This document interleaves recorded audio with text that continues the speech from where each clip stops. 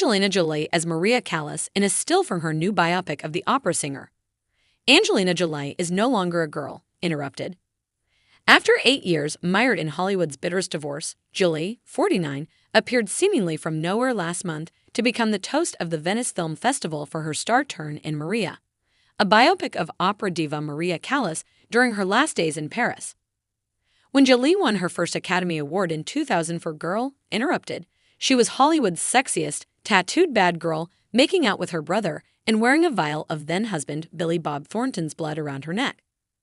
Now she's reinvented herself as a demure and serious actress and filmmaker, all class and sophistication, backed by a new high-profile Tom Ford campaign to boot, but with her focus squarely on her work.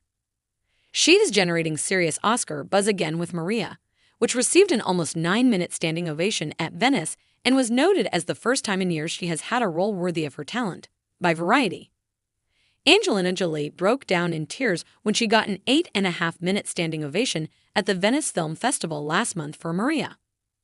Long after Jolie left, Pitt made a splashy entrance at the festival with pal George Clooney. But their heist comedy, Wolves, got a lukewarm reception and a much shorter ovation. Jolie spent 7 arduous months training for Maria, including rigorous vocal lessons. She apparently got so good, her voice was mixed with Callas in the film. Though some reviews have referred to Jolie as lip-syncing, Chilean director Pablo Larraín says it's actually her voice blended with the opera divas, especially during the scenes that take place at the end of Callas' life when her voice was weaker. Jolie underwent 8 months of training, including breath, posture, and voice lessons to play the famed opera diva. Her voice is blended in with Callas' real voice for some of the film's singing scenes. The mother of 6 told reporters in Venice that she was terribly nervous about singing opera and her stage fright came to a head when she was required to sing at La Scala, the famed opera house in Milan with hundreds in the audience and a full crew. My first days, Larraín was very good to me in that we started in a more intimate setting with very few crew members, Jolie told AP. And we ended at La Scala with everyone. So I had a little time to get my nerve. But this is the hardest thing I've ever done. I was terrified. Maria is only the tip of what one veteran Hollywood publicist called Jolie's big renaissance this year that kicked off with her new fashion venture, Atelier Jolie, which formally opened in downtown Manhattan in early February. Jolie's second marriage to actor Billy Bob Thornton in 2000 generated a lot of press when the two began wearing vials of each other's blood around their necks. The pair divorced in 2003. In June, Jolie took home her first Tony Award as a producer of Broadway's The Outsiders. Her 16-year-old daughter Vivienne, who also worked on the production, first alerted her mother to the show after seeing it in San Diego. Now, almost 8 years exactly from the date of the infamous plane ride from Nice, France to Les that ended with her filing for divorce from Brad Pitt, Jolie is also unveiling another film. Her latest directorial effort, Without Blood, premieres Sunday at the Toronto Film Festival. Jolie also wrote the script for the war drama, which stars Salma Hayek, who called Jolie probably the best director I've ever worked with. Without Blood was made as part of a 3-year deal she struck with UK-based Fremantle in 2022 to produce and star in various projects. 2 of her 3 sons, Maddox, 23, and Pax, 20, both of whom have contributed on set since Jolie made First They Killed My Father in Cambodia in 2016, worked on both Maria and Without Blood alongside her. A new Tom Ford beauty campaign starring Jolie launched last week, focusing on lipstick. We work well together. When a film crew is at its best, it feels like a big family, so it felt natural, Jolie told PABL in 2022. She said the boys worked in the assistant director department on both films. She said they were an especially big help to her on Maria. When I would have really heady times, they would come over and just give me a hug or a cup of tea, she told The Hollywood Reporter.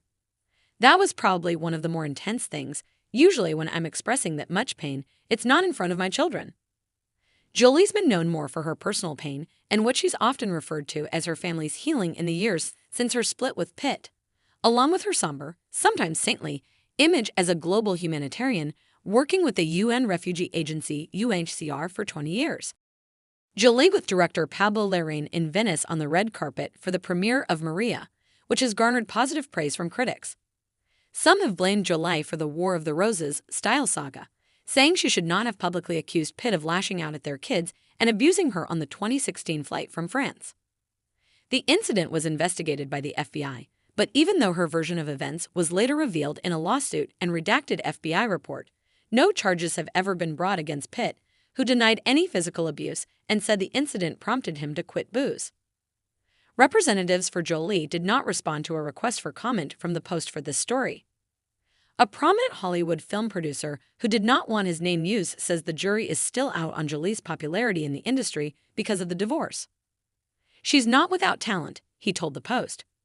"But she's a little crazy. It's horrible what she did to Brad Pitt, accusing him of beating the kids. Yeah, they respect her, but she's a nut." Venice Film Festival coordinators made sure that Jolie and her ex-husband, Brad Pitt, did not cross paths by scheduling Jolie's film first and then Pitt's. He co-stars with George Clooney in Wolves. Veteran publicist Peggy Siegel, however, told the Post she's not exactly sure what's behind the mishgas, a Yiddish word which roughly translates to craziness, between Jolie and Pitt, but says it's clear Jolie is not simply the villain, as she was portrayed early on after the couple first split. "She's got a big renaissance going on right now, and I'm thrilled for her," said Siegel, who's known Jolie since 2000. "And to think when I met her it was as Jon Voight's daughter. She's one of the most beautiful women in the world, and while she may look inaccessible or cold, you just tap what's underneath, and you find a wonderful, friendly person with a great sense of humor about herself.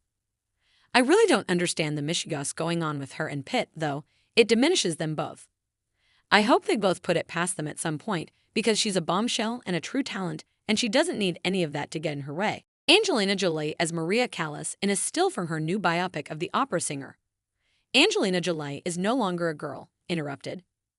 After 8 years mired in Hollywood's bitterest divorce, Jolie, 49, appeared seemingly from nowhere last month to become the toast of the Venice Film Festival for her star turn in Maria, a biopic of opera diva Maria Callas during her last days in Paris.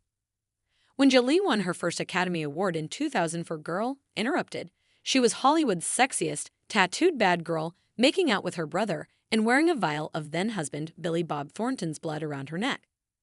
Now she's reinvented herself as a demure and serious actress and filmmaker, all class and sophistication, backed by a new high-profile Tom Ford campaign to boot, but with her focus squarely on her work.